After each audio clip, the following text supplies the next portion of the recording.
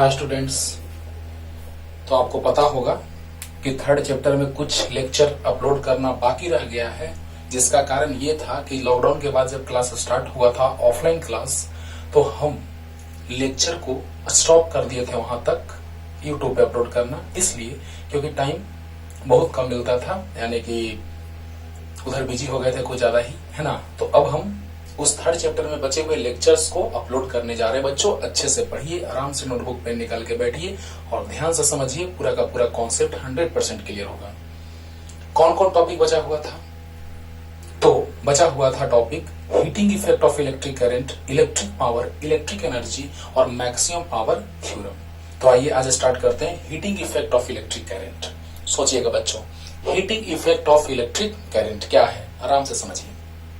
पहले कुछ फील लाते हैं, उसके बाद पहले तो ये बात है कि आगे के चैप्टर जब हम स्टार्ट करेंगे तो उसमें बतलाएंगे कि करंट के फ्लो के कारण मैग्नेटिक फील्ड डेवलप होता है। Magnetic effect of electric current, when electric current is passes through the conducting wire, then magnetic field is developed around it. बहुत समय तक, बहुत लंबे समय तक लोगों का ये मानना था कि मैग्नेट ही सिर्फ मैग्नेटिक फील्ड क्रिएट कर सकता है। Only magnet create the magnetic field. लेकिन ऑस्टेट साहब ने गलती से एक्सपेरिमेंट किया। आगे का चैप्टर जब पढ़ाएंगे तो कैसे गलती से एक्सपेरिमेंट हुआ था वो भी समझाएंगे। तो गलती से एक्सपेरिमेंट हुआ उनके द्वारा, और इसमें उन्होंने देखा कि जब करंट कैरिंग कंडक्टिंग वायर से करंट का फ्लो होता है तो उसके आसपास मैग्नेटिक फील्ड डेवलप होता है। Means when electric current is passes through the current carrying conducting wire, then magnetic field is developed around it, है ना। तो उस चीज को डिटेल में समझाएंगे आगे के चैप्टर में। वहां पे जानना है magnetic effect of electric current, लेकिन यहाँ पे जानना है heating effect of electric current. Okay, तो समझिएगा बच्चों, फील लाते हैं थोड़ा सा। Heating effect of electric current, जो हम लोग घर में रूम हीटर रखते हैं, या फिर खाना बनाने के लिए जो हम लोग हीटर यूज में लाते हैं, या फिर पानी गर्म करने के लिए जो रड का यूज करते हैं, है ना, वाटर हीटर का, है ना, या फिर फैन का कॉइल आप देखते हैं, कुछ देर के बाद उसको टच कीजिएगा, हाथ जल जाएगा, है ना। यानी कि आपको लगेगा कि हाँ उसका टेम्परेचर इंक्रीज कर चुका है। या फिर आप बल्ब, ऐसे तो पावर के बारे में डिटेल समझाएंगे अगले लेक्चर में, यानी 100 वाट 220 वोल्ट जो रहता है, इस पे लिखा हुआ इसका मतलब क्या है, पूरा डिटेल इसका चलेगा कि 220 वोल्ट पे 100 watt power means 100 joule per second energy का कंजम्पशन ये बल्ब करेगा। तो उस बल्ब में भी आप देखते हैं, उसमें जो खाना बनाने के लिए जो हीटर हम लोग यूज में लाते हैं उसमें नाइक्रोम वायर होता है, और जो बल्ब होता है उसमें फिलामेंट जो होता है बच्चों वो टंगस्टन का होता है। उसके बल्ब के ग्लास को आप टच कीजिएगा तो कुछ देर के बाद हाथ जलने लगेगा। ये सब क्यों हो रहा है, देखिए ध्यान से सुनिएगा। Heating effect of electric current means electric current का जब फ्लो हो रहा है तो हीट जनरेट हो रहा है, हीट एनर्जी जो है वो जनरेट हो रहा है। तो क्या इसका मतलब कि heating effect of electric current. हाँ, अब कैसे ऐसा होता है बच्चों, उस चीज को समझाने जा रहे हैं, ध्यान से देखिएगा। ये रेजिस्टर है, यहां पर एक हमने बैटरी कनेक्ट कर दिया, प्लस माइनस भी वोल्ट का रेजिस्टर का रेजिस्टेंस आर, करंट का फ्लो आई। कुछ पॉइंट हम लेके तुमको समझाने जा रहे कुछ बच्चों। यहां पे पॉइंट ए है, यहां पे पॉइंट बी है। करंट का फ्लो हो रहा है higher potential position to lower potential position. Water is flowing from higher gravity level to water gravity level. Electric heat का ट्रांसफर जो होता है वो होता है higher temperature body to lower temperature body. Just in a similar way electric current is flowing from higher potential terminal of the battery to lower potential terminal. अब सोचिए बच्चों, जैसे ही यहाँ पे करंट का फ्लो होना स्टार्ट होगा, करंट का फ्लो इसमें हो रहा है, तो हम लोग यही देख रहे हैं कि ये डिस्टरबेंस क्रिएट करेगा। करंट यहां से मूड में गया, जाना चाह रहा है, तेजी से जाना चाह रहा है, लेकिन ये कह रहा है कि बेटा रुक जा, है ना। तो जैसे ही ये जाना चाह रहा है, उसको डिस्टर्ब कर रहा है, तो यहाँ पे उसका हालत खराब हो गया। हाइयर से लोअर पहुंचते पहुंचते हालत खराब। फिर से यहाँ पहुंचा, फिर से बैटरी ने वर्क किया, और बैटरी ने जो वर्क किया उसके कारण फिर से करंट मोड में गया, फिर यहाँ हालत खराब, फिर मोड में गया। यही प्रोसेस चलते रहता है, और यहाँ पे क्या हो रहा है कि उसका हालत खराब हो रहा है, क्योंकि इस कंडक्टर के अंदर जो पॉजिटिव आयंस हैं उनके द्वारा कोलिजन हो रहा है फ्री इलेक्ट्रॉन्स का। तो जैसे ही कोलिजन होगा तो डिस्टरबेंस तो क्रिएट होना है। अगर जैसे ही बाइक और ट्रक या कार का टक्कर होगा, कोलिजन होगा, तो वहां डिस्टरबेंस क्रिएट होगा, एनर्जी का लॉस होगा। सोच के देखो बच्चों, ऐसे भी आप समझ सकते हैं कि यहाँ पे पोटेंशियल ज्यादा है। जैसे आप देखिए एनर्जी निगेटिव आने का सेंस क्या है, पोटेंशियल एनर्जी निगेटिव आएगा। वर्क आपको याद होगा V equal to W by Q, तो W equal to Q into V, W equal to Q into, अगर हम वर्क डन का बात करें तो चेंज इन पोटेंशियल, तो delta W equal to change in potential final minus initial, तो VB minus VA। ओ ये निगेटिव हो गया, क्यों? क्योंकि इसका पोटेंशियल ज्यादा है, इसका पोटेंशियल कम है, तो कम में से ज्यादा को सब्ट्रैक्ट करेंगे, less minus greater equal to negative, यानी वर्क डन निगेटिव, यानी यही पोटेंशियल एनर्जी निगेटिव आ गया। निगेटिव आने का मतलब यह है बच्चों कि जरूर एनर्जी किसी अदर फॉर्म में कन्वर्ट हुआ होगा।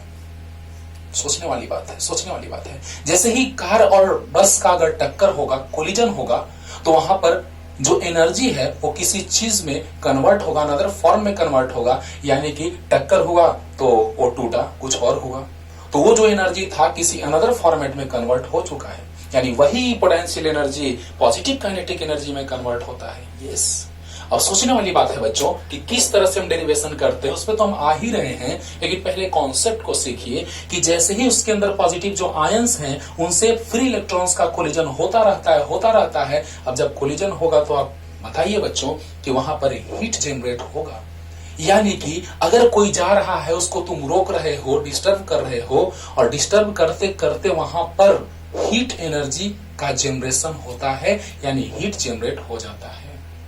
अब सोचिए, ये बैटरी वर्क कर रहा है, करंट को भेज रहा है, लेकिन यहाँ पे पॉजिटिव आयंस से फ्री इलेक्ट्रॉन्स का कोलिजन हो रहा है, और इस तरह से क्या हो रहा है, तो यहाँ पे हीट एनर्जी जनरेट हो रहा है, यानी कि करंट के फ्लो के कारण हीट का generation, that means heating effect of electric current, heating effect of electric current. Yes, तो चलिए बच्चों स्टार्ट करते हैं, थोड़ा डिफाइन कर लेते हैं पहले, तब डेरिवेशन पूरा मैथमेटिकल डेरिवेशन करेंगे, जो 10th के लिए भी इंपॉर्टेंट है, 12th के लिए भी। तो व्हेन, क्यों हीट जनरेट हुआ? हीटर में जो खाना बनाने के लिए यूज में लाते हैं, या फिर वाटर हीटर में, या फिर रूम हीटर में, या फिर फैन के कॉइल, या फिर ऐसे बहुत सारे इलेक्ट्रिक डिवाइसेस हैं जिसमें हीट जनरेशन होता है करंट के फ्लो के कारण, यानी कि इसका मतलब यही हम लोग समझ रहे हैं कि heating effect of electric current. Yes, तो when electric current passes through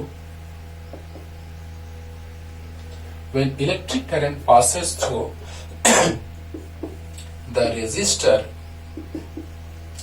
कहो, कंडक्टर कहो, रेसिस्ट करने वाला कंडक्टर भी होगा, अगर थिन कंडक्टर होगा तो रेसिस्ट करेगा। हाँ, द रेजिस्टर और इलेक्ट्रिक डिवाइसेस, अभी तुरंत बताएं बच्चों, fan, bulb, ETC, electric devices और कंपोनेंट्स भी कर सकते, electric components. When electric current passes through the resistor और electric devices, then resistor becomes heated up and heat is generated. वाह, करंट का फ्लो कराएं तो गर्म हुआ यानी हीट जनरेट हुआ। This is known as heating effect of electric current. Yes, तो बताइए बच्चों कि when electric current passes through the register और electric devices, then register becomes heated up, resistor और electric devices becomes heated up and heat is generated, is known as heating effect of electric current, heating effect of electric current. समझ में आ रहा है बच्चों? यही से आता है joules law of heating effect of electric current. तो अभी हम तुरंत थोड़ा देर में जिक्र करने जा रहे हैं, उसका डिस्कशन करने जा रहे हैं, फील के साथ डिस्कशन करेंगे बच्चों, नो रटाफिकेशन, फीलिंग लाएंगे हम लोग। तो when electric current passes through the register और electric devices, then register becomes heated up and heat is generated, is known as heating effect of electric current. Clear हो गया होगा? जल्दी से लिखिए। अब मैथमेटिकल डेरिवेशन से आपको क्लियर करते हैं कि किस तरह से जूल साहब ने इस बात को सोचा। जल्दी हो गया। वीडियो पॉज करने में कितना देर लगता है भाई।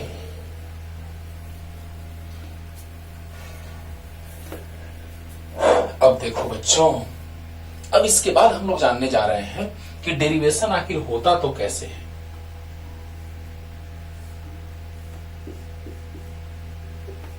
यहां पर एक हमने बैटरी ला लिया V वोल्ट का, V वोल्ट पोटेंशियल डिफरेंस का, करंट I है और रेजिस्टर का रेजिस्टेंस R है।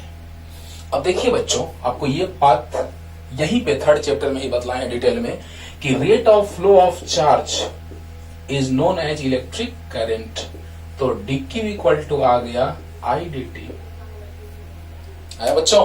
तो सोचिए कि I equal to dq by dt, तो dq equal to I dt है कि नहीं है। यानी rate of flow of charge per unit time, यानी कि rate of flow of charge का मतलब हो ही गया कि flow of charge per unit time is known as electric current. तो आप बताइए बच्चों कि I equal to dq by dt, तो dq equal to I dt हुआ कि नहीं हुआ। इसी को इंटीग्रेट करेंगे तो dq का इंटीग्रेशन q हो जाएगा, I dt का इंटीग्रेशन t, तो q equal to I t। 10th class में हम लोग भले पढ़ते हैं कि q equal to I t direct, लेकिन यहाँ 12th है तो यहाँ हम लोग डिटेल में, क्योंकि हो सकता है वहां पे करंट का वैल्यू जो रहता था हमेशा कांस्टेंट रहता था, लेकिन यहाँ हो सकता है करंट का वैल्यू कांस्टेंट रहे या वेरिएबल रहे, कुछ भी हो सकता है। ओके, चलिए अब देखिए बच्चों, वी नो दैट आपको पता है बैटरी ने वर्क किया, बैटरी वर्क करके करंट को भेज रहा है, चार्ज को भेज रहा है ताकि करंट का फ्लो हो सके। बैटरी ने वर्क किया कि करंट सर्किट में आराम से रोटेट करता रहे, घूमता रहे। अच्छा, तो आप बतलाइए V इक्वल टू होता है W बाई Q, बहुत बार बतलाए हैं पिछले चैप्टर में भी, सेकंड चैप्टर में भी, थर्ड चैप्टर में भी। तो आप ही बतलाइए बच्चों कि थोड़ा सा चार्ज को ले जाएंगे तो थोड़ा वर्क करना पड़ेगा, ज्यादा चार्ज को ले जाएंगे तो ज्यादा वर्क करना पड़ेगा। हाँ, तो V इक्वल टू लिख सकते हैं dW by dQ। Yes sir, क्योंकि थोड़ा सा चार्ज को ले जाएंगे तो थोड़ा वर्क करना पड़ेगा, ज्यादा चार्ज को ले जाएंगे तो ज्यादा वर्क करना पड़ेगा। हाँ, तो we know that V equal to dW by dQ। तो dW equal to V into dQ, तो dW इक्वल टू V और dQ का वैल्यू I dt। तो dW इक्वल टू आ गया बच्चों V I dt। ऐसा हम क्यों लाए? हम direct Q equal to IT के फॉर्मेट में भी लाते तो आंसर आ जाता। हाँ, आ जाता, लेकिन ध्यान से सुनो बच्चों कि यहां पर V और I देखना इंटीग्रेट क्यों कर रहे हैं, समझना ध्यान से। V I dt, अगर V और I टाइम का फंक्शन होगा तो उसको इंटीग्रेशन के अंदर रखेंगे। अगर फंक्शन में रहता है तो इंटीग्रेशन के अंदर, और अगर कांस्टेंट रहता है तो इंटीग्रेशन से बाहर। हाँ, तो dW का integration equal to V I dt का इंटीग्रेशन, तो dW का इंटीग्रेशन W हो जाएगा और V I बाहर और dt का इंटीग्रेशन t हो जाएगा। एक फॉर्मूला आ गया बच्चों, और यही अगले लेक्चर में काम देगा, पावर में पावर, है ना। तो देखिए बच्चों ध्यान से कि V equal to dW by dQ, तो dW equal to V into dQ हो गया। अब dW equal to V, dQ equal to I dt। वाह, V I dt अच्छा है। तो dW का इंटीग्रेशन W होगा और V I dt का इंटीग्रेशन t होगा। यहां तक क्लियर है कि नहीं है? अच्छे से क्लियर होगा। अब देखिए बच्चों, V और I अगर टाइम का फंक्शन रहता तो यहां पर हम इसको बाहर नहीं निकालते, लेकिन कांस्टेंट है इसलिए हम बाहर निकाल दिए। अगर कांस्टेंट होगा V और I तो बाहर निकल जाएंगे इंटीग्रेशन से। क्लियर? जल्दी लिखिए, इतना जल्दी। अब देखा जाए बच्चों इसके बाद क्या होगा अंजाम, देखा जाए। तो यहां पर आ गया था हम लोग का W इक्वल टू VIT। अब बतलाइए V equal to IR, Ohm's law, according to Ohm's law. तो यहां से हम V इक्वल टू IR भी लिख सकते हैं और I इक्वल टू VIR भी लिख सकते हैं। हाँ, एकदम लिख सकते हैं। तो जब जैसा तब तैसा, W equal to V equal to IR और इंटू IT, तो W equal to I square RT।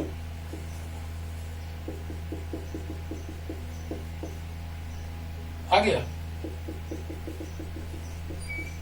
एक फॉर्मूला ये बन गया, W इक्वल टू VIT और W equal to I square RT। आया ना?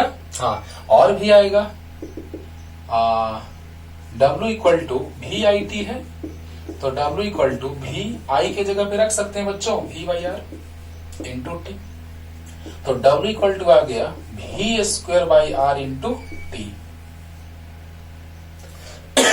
तीन फॉर्मूला तैयार हो गया, W equal to I square R T या वी आई टी या V square by R into T. एक फॉर्मूला आया आई आर के फॉर्म में, आई आर और टी तो सब में कॉमन है, आई आर के फॉर्म में, एक वी आई के फॉर्म में, एक वी आर के फॉर्म में। क्वेश्चन जब लेके चलेंगे तो आपको समझाएंगे कि किसका यूज कब करेंगे, आप समझ जाएंगे क्वेश्चन को देखते ही बच्चों। तो यहाँ W इक्वल टू आ गया I square R T, V I T या V square by R T, and work done by the battery is converted into heat energy. अरे वाह, means work done is converted into heat energy. Current का flow करा रहा है, battery जो है current के फ्लो करने में हेल्प कर रहा है, तो जैसे ही वो करंट यहाँ पे पहुंचेगा तो वहां पर उसमें डिस्टरबेंस क्रिएट होगा और वहां वह एनर्जी हीट एनर्जी में कन्वर्ट होगा। जो वर्क किया गया है वह हीट एनर्जी में कन्वर्ट होगा। तो कैसे, आइए जल्दी इतना लिखिए पहले। हो गया? अब देखिए बच्चों इसके बाद क्या होगा, सो देखा जाए, work done equal to heat energy, यानी heat energy equal to work done, and heat energy is H and work done is W। तो W इक्वल टू आया था आई स्क्वायर आर टी या फिर वी आई टी या फिर V square by R into T. ये तीन formula तैयार हो गया। वाह, means heat energy equal to work done यानी H इक्वल टू W और H इक्वल टू आ गया आई स्क्वायर आर टी यानी वी आई टी यानी V square by R into T. यानी यही आ गया हीट एनर्जी कितना डेवलप होता है वही वैल्यू होता है आई स्क्वायर आर टी या V square by R T या वी आई टी। लेकिन जूल साहब ने इसको कुछ ज्यादा ही हाईलाइटेड कर दिया। कोई दिक्कत नहीं है, तीनों एक ही है, लेकिन उसमें से आई स्क्वायर आर टी को जूल साहब ने ज्यादा हाईलाइटेड कर दिया और यहीं से joules law of heating effect of electric current का बात करते हैं। तो देखा जाए बच्चों, Joule's law of heating effect of electric current.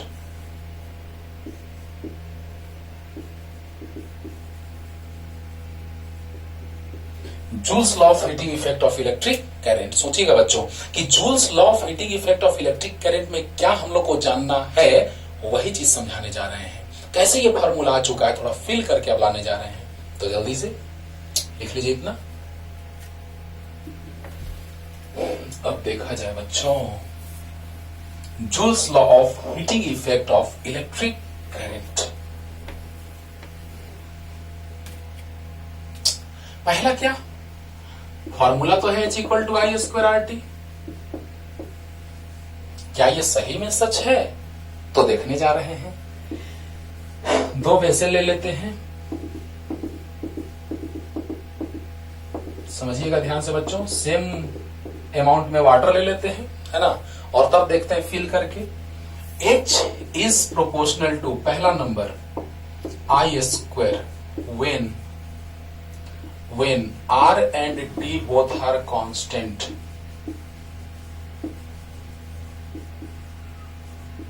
both are constant। सोचिएगा बच्चों, H is proportional to I square when R and T both are constant। कैसे होगा समझिएगा। हम वाटर हीटर ले लिए और वाटर हीटर के द्वारा पानी को गर्म कर रहे हैं दोनों में, समझिएगा बच्चों, बस ऐसे ही रफ स्केच। इसमें अगर हम R और T को कांस्टेंट रखना है, सोचिएगा R मींस इसका रेजिस्टेंस मान लीजिए 100 ओम है और इस वाटर हीटर का भी रेजिस्टेंस 100 ओम है। टाइम भी कांस्टेंट है, यानी इसको भी पानी को 1 घंटा गर्म किए, इसको भी 1 घंटा गर्म किए, समझिएगा ध्यान से। चलिए ना 10 मिनट ही गर्म कीजिए, दोनों को 10 मिनट 10 मिनट, टाइम कांस्टेंट है, टाइम सेम लेना है 10 मिनट। ओके, और करंट का फ्लो ध्यान दीजिएगा बच्चों, आप ही बताइए, इसमें करंट का फ्लो 5 एम्पियर कराएं और इसमें करंट का फ्लो 10 एम्पियर कराएं। सोच के देखो बच्चों, ये फॉर्मेट सही है कि गलत है, सोच के देखिए। इसी को थ्योरेटिकली ऐसे लिखेंगे कि heat generated is directly proportional to square of electric current passes through the circuit when resistance of the resistor and time both are constant. बस ये हो गया थ्योरेटिकल स्टाइल, और उसके नीचे ये लाइन लिख देंगे, इतना समझदार हैं आप लोग कि पहले थ्योरी लिख लीजिएगा, उसके नीचे ये लिख लीजिएगा। अब सोचिए बच्चों कि आर रेजिस्टेंस 100 ओम और टी 10 मिनट, रेजिस्टेंस 100 ओम और टाइम 10 मिनट। तो बताइए बच्चों कि रेजिस्टेंस और टाइम कांस्टेंट है, करंट का वैल्यू बढ़ाएंगे तो हीट का जनरेशन ज्यादा होगा कि कम, ये आप सोच के बताइए हमको। ये वाला पानी गर्म ज्यादा होगा कि ये वाला? तो जिसमें ज्यादा करंट जा रहा है वो वाला पानी ज्यादा गर्म होगा। सोच के देखो बच्चों, रेजिस्टेंस भी उतना ही, टाइम भी उतना ही, करंट जिसमें ज्यादा उसमें हीट का जनरेशन ज्यादा, यानी कि स्क्वायर ऑफ करंट का डायरेक्टली प्रोपोर्शनल है हीट जनरेटेड। क्या बात क्लियर होगा ना? होगा। अब नेक्स्ट पॉइंट पे आते हैं, second number, H is proportional to R when I and T both are constant। अब देखिए बच्चों, करंट दोनों में अब कांस्टेंट है, टाइम भी दोनों में कांस्टेंट है, R के प्रोपोर्शनल है, I और T कांस्टेंट है, टाइम भी कांस्टेंट। अब देखिए रेजिस्टेंस, अगर इसका 100 ओम लिए तो ये 200 ओम ले लेते हैं। बढ़िया। अब देखिए बच्चों, ये 5, current constant, time constant, resistance इसका 100 ओम, इसका 200 ओम। तो आप ही बताइए हमको कि अगर 200 ओम रेजिस्टेंस है तो ज्यादा डिस्टरबेंस क्रिएट करेगा और ये 100 ओम है तो कम डिस्टरबेंस क्रिएट करेगा, यानी ये ज्यादा हीट को रोकेगा, यानी कि ज्यादा पानी गर्म होगा और इसमें कम पानी गर्म होगा। क्या ये समझ में आ रहा है कि नहीं आ रहा है? बोलिए बच्चों, ये ज्यादा करंट के फ्लो को डिस्टर्ब नहीं करेगा, जबकि ये ज्यादा डिस्टर्ब करेगा। तो जितना ही ज्यादा करंट के फ्लो को डिस्टर्ब करेगा उतना ही हीट एनर्जी में जनरेट होगा, डेवलप होगा और वही पानी को मिलेगा, वाटर को मिलेगा। And temperature of this water is greater than this one. अब सोचिए कि इसका रेजिस्टेंस ज्यादा है तो इसमें हीट ज्यादा डेवलप होगा, इसमें कम, यानी सही बात है, रेजिस्टेंस ज्यादा तो हीट ज्यादा। कब? जब करंट और टाइम कांस्टेंट हो तब। ये भी क्लियर हुआ होगा। अब देखिए बच्चों नेक्स्ट पॉइंट, थर्ड। तो यहाँ पे सेकंड वो कैसे लिखेंगे कि heat is proportional to resistance of the resistor if current flowing through it and time both are constant. बोलो बच्चों। और third number, heat is proportional to time if I and R both are constant. ये कैसे समझेंगे बच्चों कि जितना ही ज्यादा टाइम बढ़ाएंगे उतना ही हीट ज्यादा होगा ही। कैसे? तो करंट और रेजिस्टेंस सेम रहना चाहिए, कांस्टेंट रहना चाहिए। रेजिस्टेंस फिक्स है, करंट फिक्स है, टाइम ज्यादा और कम। इसको मान लीजिए आप 30 मिनट तक गर्म करें, इसको 10 मिनट तक। ध्यान देना बच्चों, दोनों में पानी, वाटर का अमाउंट सेम है। दोनों में जब वाटर का अमाउंट सेम है बच्चों, तब क्या होगा जरा सोच के देखो।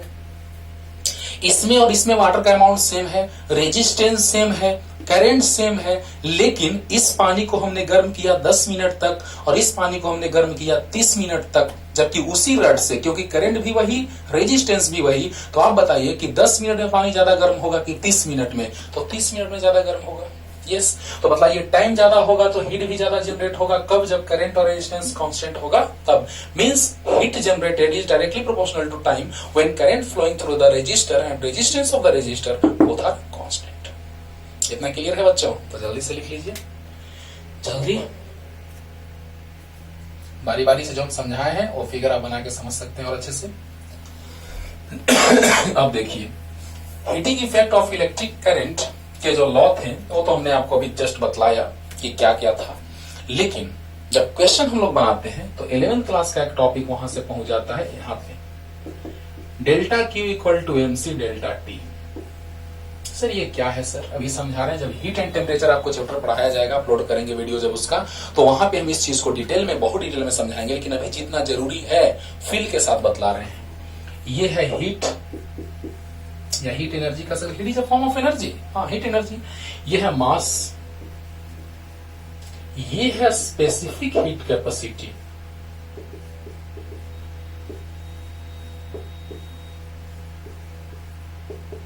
और ये है चेंज इन टेम्परेचर।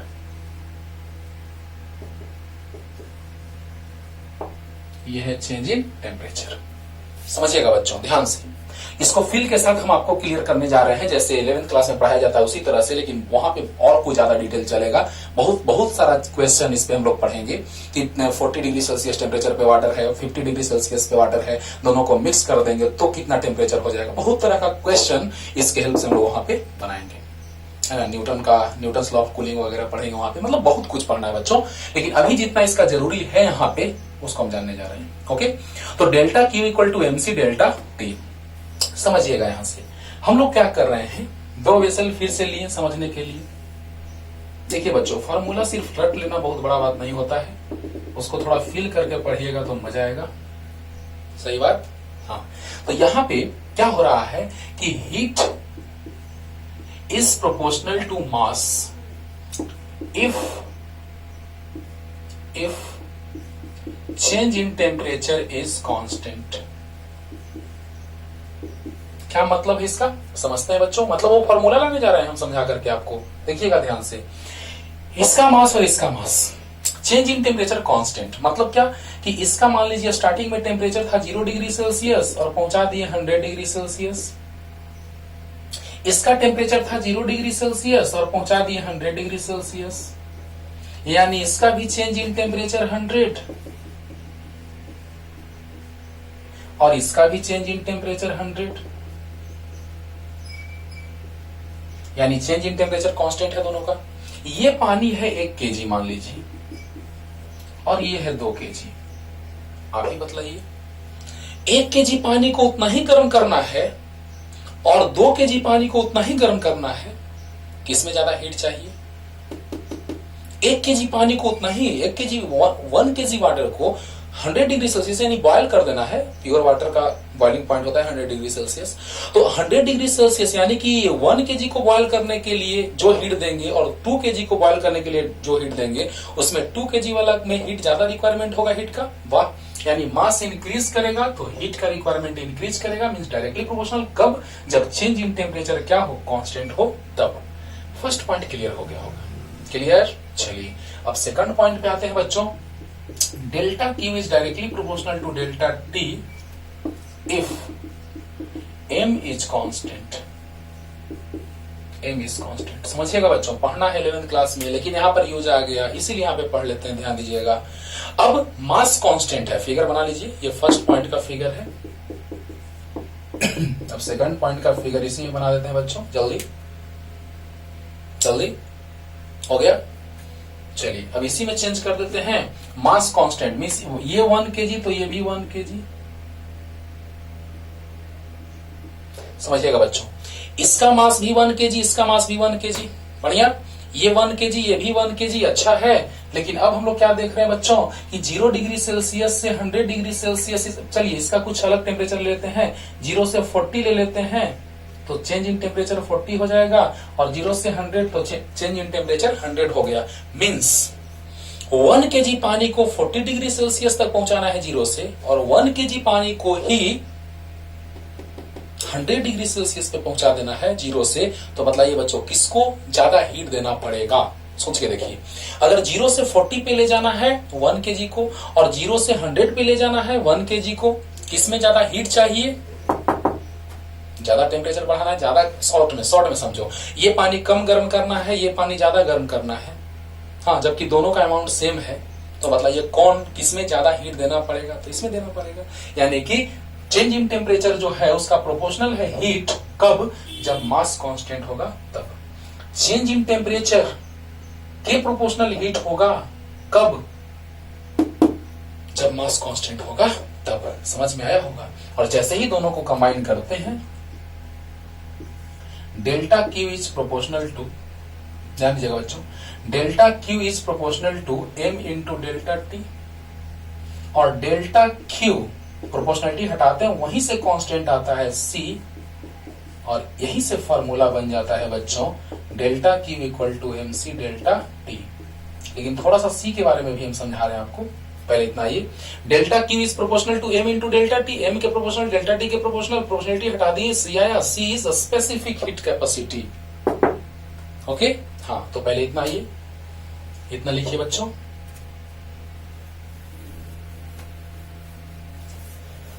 अब देखिए थोड़ा सा, क्योंकि क्वेश्चन में 2 चीज आएगा यूज में अभी, स्पेसिफिक हीट कैपेसिटी आएगा और हीट कैपेसिटी आएगा। ऐसे specific heat capacity of water जो होता है वो होता है 4200 जूल पर केजी पर केल्विन। देखिए बच्चों, मतलब 1 केजी वाटर को के टेम्परेचर को 1 केल्विन इंक्रीज कराने के लिए 4200 यानी 4200 जूल एनर्जी का रिक्वायरमेंट होगा।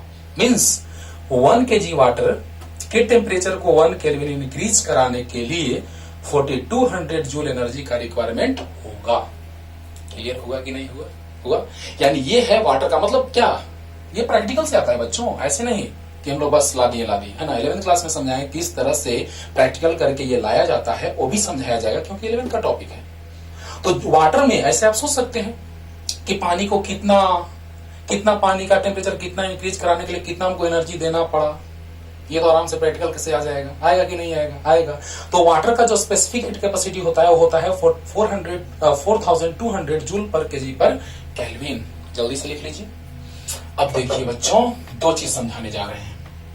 Delta Q equal to M C delta T, तो सी इक्वल टू हो जाएगा delta Q by M delta T. सही? हाँ, तो जूल ऐसा यूनिट होता है एनर्जी का जूल, मास का केजी, चेंज इन टेम्परेचर का केल्विन। बढ़िया। देखिए बच्चों, यही ऐसा यूनिट है, वहां पे है। ये है स्पेसिफिक हीट कैपेसिटी। लेकिन हीट कैपेसिटी क्या होता है? सो देखिए, ये है स्पेसिफिक हीट कैपेसिटी, ये है स्पेसिफिक हीट कैपेसिटी। लेकिन हीट कैपेसिटी का बात, तो delta Q by delta T equal to M C. ये एम सी जो है वो है हीट कैपेसिटी। मींस कितना भी अमाउंट में वाटर हो, एनर्जी चाहिए पर केल्विन टेम्परेचर को इंक्रीज कराने के लिए, वही हुआ हीट कैपेसिटी। मींस 1 केजी मास का टेम्परेचर 1 केल्विन इंक्रीज कराने के लिए जितना एनर्जी, वो हुआ स्पेसिफिक हीट कैपेसिटी। लेकिन कितना भी वाटर हो, उसमें 1 केल्विन टेम्परेचर इंक्रीज कराने के लिए जितना हीट चाहिए वो होगा हीट कैपेसिटी। यानी स्पेसिफिक हीट कैपेसिटी के लिए बात करेंगे जूल पर केजी पर केल्विन, लेकिन हीट कैपेसिटी के लिए बात करेंगे, क्या हो जाएगा यहां से बोलिए, एनर्जी का जूल, टेम्परेचर का केल्विन, यानी जूल पर केल्विन। यानी हीट कैपेसिटी नहीं भी लिखेगा तो आप ऐसा से पकड़ लीजिएगा कि हीट कैपेसिटी का यूनिट होता है जूल पर केल्विन और स्पेसिफिक हीट कैपेसिटी का यूनिट होता है जूल पर केजी पर केल्विन। ओके, तो पहले इतना लिख लीजिए और तुरंत क्वेश्चन लेके आ रहे हैं बच्चों। देखिए बच्चों, पहले तो एक आसान क्वेश्चन, एकदम इजी है ना। तीनों फार्मूला में से कौन फार्मूला अप्लाई होगा? H बराबर I square R T, H बराबर V square by R T, या H बराबर वी आई टी। समझिएगा, when a register of resistance 10 ohm, अच्छा R दिया है, R दिया है 10 ohm, is connected with a battery of potential difference 20 volt, यानी V दिया है 20 volt. Then find the heat generated calorie, calorie में निकालना है, इन रजिस्टर इन 10 सेकंड। अच्छा, टाइम दिया है 10 सेकंड। देखिए बच्चों, इस क्वेश्चन में जो दिया है एकदम आसान क्वेश्चन, कितना भी सारा सर्किट रहेगा कॉम्प्लिकेटेड रजिस्टर वाला, उसमें हीट निकालने के लिए यही तीनों फार्मूला हम लोग यूज में लाएंगे। भी दिया रहेगा, आई दिया रहेगा, टी दिया रहेगा तो ये लगाएंगे, भी आर टी दिया रहेगा तो ये, आई आर टी तो ये। अब सोचिए बच्चों, आर दिया है 10 ओम, भी दिया है 20 वोल्ट और टी दिया है 10 सेकंड। समझिएगा, आर दिया है 10 ओम, भी दिया है 20 वोल्ट और टी दिया है 10 सेकंड। 10 सेकंड क्वेश्चन पढ़िए एक बार, क्लियर हो जाएगा। तो यहां से हमको हीट निकालना है, बड़ा आसान क्वेश्चन हो गया। H equal to V R और टी, वी आर और टी यानी कि V square by R T लगा देंगे, तो H बराबर आ गया वी स्क्वायर बाई आर, भी कितना 20 का square by R 10 into T 10 second, cancel, यानी H बराबर आ गया कितना 400 जूल।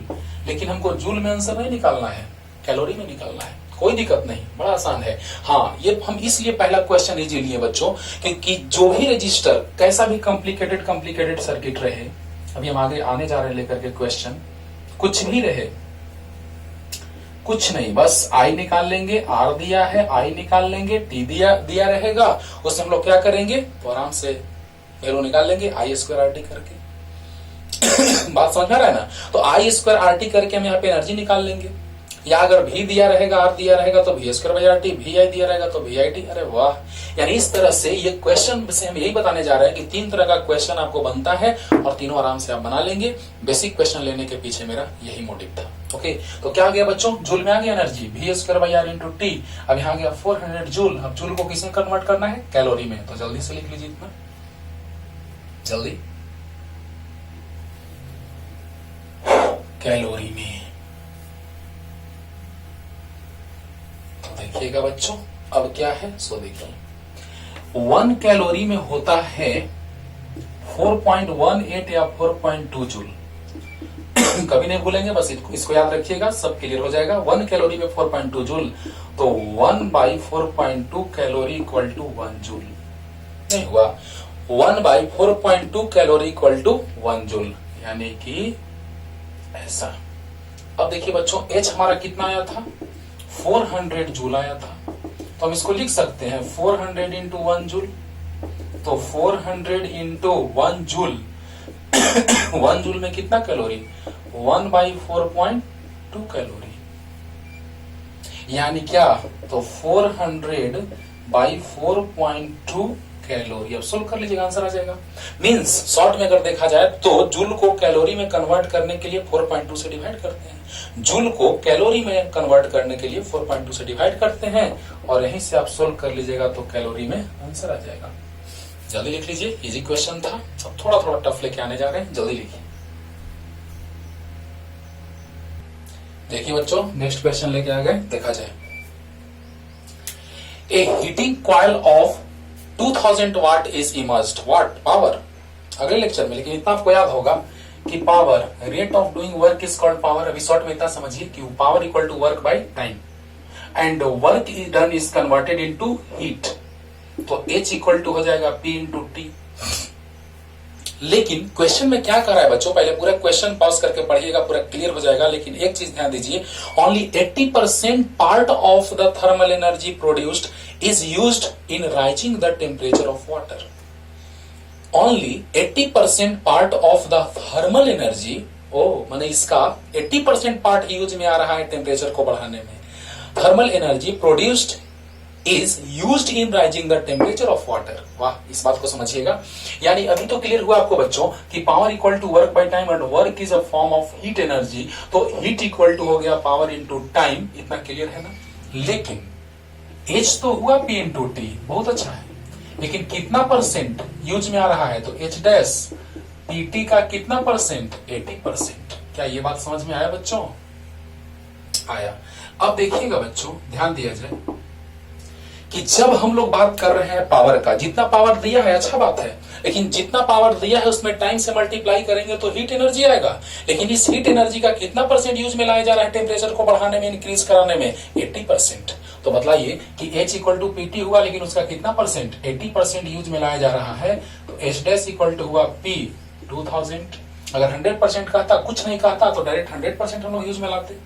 अब देखिए P का वैल्यू रख दिए, T वही टाइम तो ही निकालना है, और इंटू 80% मीन्स 80/100, 20 से 20। तो H डैश इक्वल टू आ गया बच्चों 8 2 जा 16, 20 T। अब देखिए बच्चों, ध्यान दिया जाए, अब देखा जाए, जितना हीट चाहिए वो हीट हुआ P इंटू टी, लेकिन उसका 80% ही टेम्परेचर इंक्रीज कराने में काम लाया जा रहा है। तो उसका 80% यानी कितना, 1600 T। H आ गया, और आपको पता है कि जो H होगा H डैश, वही तो होगा डेल्टा Q के इक्वल। क्यों, क्योंकि जो हम हीट देंगे वाटर को, वही ना वाटर लेगा। जैसे हम एग्जांपल ले रहे हैं, समझिएगा, क्या है, हीटिंग कॉइल है, मान लीजिए यही हीटिंग कॉइल है, जैसे वाटर हीटर है। बढ़िया समझिएगा बच्चों।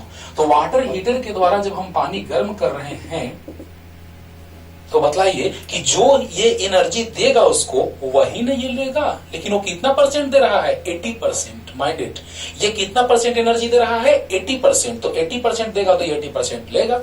यानी अब बतलाइए कि जो एनर्जी इसके द्वारा दिया गया, वही ना ये वाटर लिया। यस, अब समझिए, H डैश मतलब कितना 1600 T। देखिए बच्चों, ये जूल में है, सारा खेल हम लोग खेल रहे वाट में है, टाइम सेकंड में लेंगे, 80% है, तो ये जूल में है पूरा एनर्जी। और आपको पता है delta Q equal to MC delta T। वाह, अब देखिए बच्चों 1600 into T equal to mass कितना 1 kg। चलिए थोड़ा इधर भी असाइनमेंट में लाके दिखा देते हैं। C वाटर का भी हम लिखे थे स्पेसिफिक हीट कैपेसिटी, चलिए ऊपर लिखते हैं, ज्यादा गैदरिंग हो जाएगा, कॉम्प्लिकेटेड हो जाएगा, तो जल्दी इतना लिखिए पहले बच्चों, तो अच्छे से क्लियर होगा एकदम। पूरे एनर्जी का कितना, पूरे हीट एनर्जी का कितना परसेंट यूज में लाया जा रहा है, 80% टेम्परेचर को इंक्रीज कराने में। अच्छा जल्दी, अब देखिए बच्चों क्या हो जाएगा, 1600 T इक्वल टू मीन्स 1600, मास 1 kg, थोड़ा ऐसे ही मैं इधर भी लाके दिखा दे रहे हैं। सी का वैल्यू आपको याद होगा 4200 जूल पर केजी केल्विन। अब देखिए बच्चों चेंज इन टेम्परेचर 4 से 100 पे ले जाना है, क्वेश्चन पढ़िएगा पूरा क्लियर होगा। अ heating coil of 2000 watt is immersed in an electric kettle. The time taken in rising the temperature of 1 kg of water from 4 degrees Celsius to 100 degrees Celsius will be only 80% part of the thermal energy produced is used in rising the temperature of water. Okay तो 80% use में लाया जा रहा है, ये समझा चुके हैं हम। और अब देखिए बच्चों 4 डिग्री सेल्सियस से 100 डिग्री सेल्सियस, देखिएगा डिग्री सेल्सियस में टेम्परेचर में चेंज लीजिए तो भी वही आएगा 100 माइनस 4 96, या केल्विन में लीजिए जैसे 100 प्लस 273 273.15 होता है, लेकिन हम लोग 273 लेते हैं तो ये केल्विन में कन्वर्ट हो गया, और 4 को भी केल्विन में कन्वर्ट कर दीजिए बच्चों। अरे भाई डिग्री सेल्सियस में 273 ऐड करते हैं तो केल्विन में कन्वर्ट होता है, तो ये भी केल्विन में, ये भी केल्विन में, 273 माइनस में 273 प्लस में कैंसिल, 100 माइनस 4 96 केल्विन। अच्छा यानी डिग्री सेल्सियस में टेम्परेचर का चेंज लीजिए आप या केल्विन में लीजिए, आंसर सेम आएगा। डिग्री सेल्सियस में टेम्परेचर का चेंज या केल्विन में टेम्परेचर का चेंज, आंसर सेम, तो 100 माइनस 4 96 केल्विन। के से के कैंसिल, केजी से केजी कैंसिल, बोलिए बच्चों जूल में आया, ये भी जूल में है, ये भी जूल में, ये भी जूल में, क्लियर। अच्छा बेटा इतना,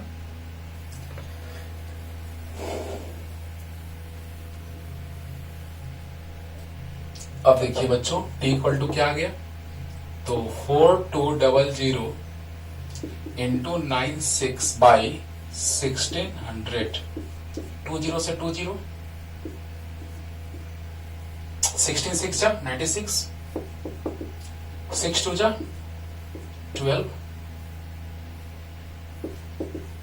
आगे बच्चों ये ऑप्शन